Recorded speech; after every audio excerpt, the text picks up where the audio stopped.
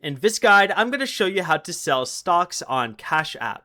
This is Miguel from Just Boz, and before we get into this guide, make sure to like the video and subscribe to the channel with all notifications on for more content like this. It really does help out the channel and we'd greatly appreciate it. If you have any questions, just ask them down in the comment section below. I'm going to be doing my best to reply to every single comment down there.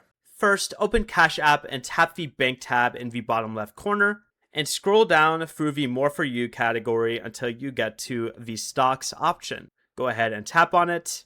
And from the stock screen, open your portfolio and tap the stock you want to sell.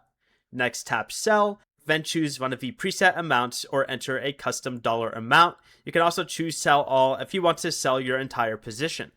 Review the amount you're selling and any information shown on the confirmation screen, then confirm the sale using your Cash App security method.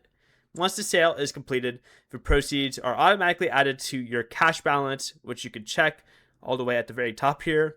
Cash App allows you to schedule sales at any time, but stock orders are executed during market hours.